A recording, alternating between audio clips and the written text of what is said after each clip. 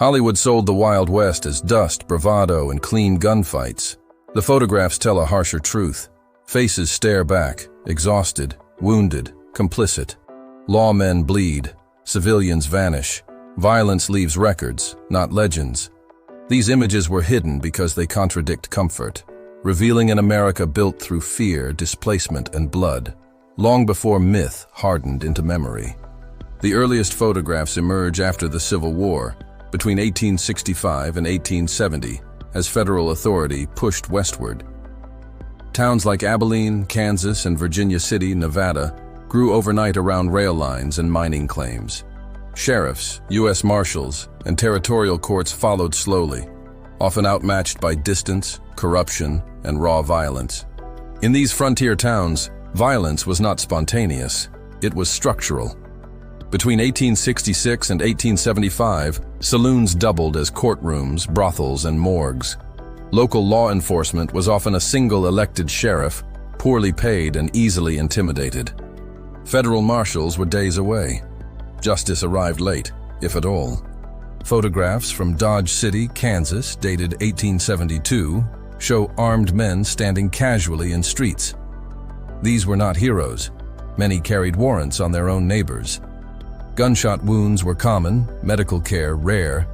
Death certificates frequently listed gunfire without investigation, a reflection of normalized violence. Mining camps like Deadwood, Dakota Territory, exploded after gold discoveries in 1876. Thousands arrived within months. No sanitation, no police force. Murders went uncounted. One photograph shows bodies wrapped in canvas outside a saloon, unburied for days, waiting for frozen ground to soften. Native displacement is present in nearly every frame. Images from Fort Laramie, Wyoming, 1868, show Lakota families photographed immediately after treaty signings. The agreements promised protection. Within years, the Black Hills were seized, treaties ignored, and federal troops redeployed against the very people they had sworn to defend. Lawmen appear frequently, but rarely triumphant. U.S. Marshal Bass Reeves, appointed in 1875, is one of the few exceptions. His photographs show composure, not bravado. Reeves arrested more than 3,000 fugitives across Indian Territory, often alone, often outnumbered, enforcing laws others avoided. Outlaws were not born in shadows. Jesse Woodson James, born 1847 in Missouri, was photographed as a clean-cut young man. After the Civil War, his crimes escalated from robbery to murder. His gang targeted banks and trains, leaving civilians dead. The camera preserved his face, not his victims. Women appear in these photographs with unsettling clarity.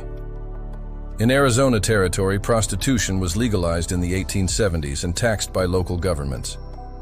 Brothel images show women posed formally, masking exploitation. Despite legality, they faced violence, disease, and public disgrace, rarely recorded in official histories. Children are present too. A photograph from Utah, 1874, shows a boy barefoot beside a dog, his expression vacant. Infant mortality in frontier settlements exceeded 30%. Disease, malnutrition, and exposure claimed lives long before adulthood. Childhood as imagined today barely existed. Railroads reshaped everything. Images from Abilene, Kansas, 1867, show cattle stockyards swarmed with armed drovers. Violence surged during shipping seasons. Town marshals like James Butler, Wild Bill Hickok were hired not to prevent crime, but to intimidate it into moving elsewhere. Hickok's reputation obscures reality. By the time of his death in Deadwood on August 2, 1876, he was aging, partially blind, and paranoid. A photograph from his early years contrasts sharply with accounts of his final days, shot from behind while holding cards. Vigilante justice appears repeatedly. In Montana Territory, 1864, suspected criminals were photographed hanging from makeshift gallows. No trials, no appeals. Communities justified these acts as necessity. Later records reveal many victims were never proven guilty, only inconvenient or unfamiliar. Indigenous resistance was framed as savagery. Photographs of Geronimo taken after his surrender in 1886 show an aging man under guard. Missing are images of Apache families killed during forced relocations. Cameras followed victors. Silence followed the dead. The Buffalo slaughter left photographic evidence too late. An 1892 image shows mountains of bison skulls outside a Michigan processing plant. This was not accidental extinction. It was policy, meant to starve Plains tribes into submission. The camera recorded the aftermath, not the intent. Frontier justice often failed the innocent. Pearl Hart's 1899 mugshot, taken after her stagecoach robbery in Arizona, became sensational. What followed was media obsession, not accountability. Male accomplices faded from memory. Hart became spectacle, a distraction from systemic lawlessness. Photographs of executions exist, though rarely published. In Indian Territory, 1896, members of the Rufus Buck gang were captured and hanged by federal authorities.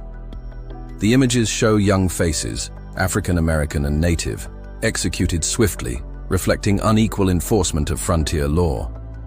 Settler life was not heroic endurance. A Nebraska homestead photo from 1888 shows a sod house collapsing under weather damage. Drought, locusts, and isolation drove many families to ruin. Abandoned farms outnumbered successful ones, though failure rarely entered popular memory. Photographs of law offices and land registries reveal another violence, bureaucratic. During the Oklahoma land rush of 1889, claims were stolen with forged paperwork. Disputes ended in courtrooms or gunfire. The camera captured crowds, not the families displaced afterward. The frontier aged quickly. By 1900, images from El Paso and Santa Fe show electric lines and automobiles beside wagons. Violence did not disappear. It adapted. Crime moved indoors, into organized systems. The Wild West did not end. It hardened into institutions.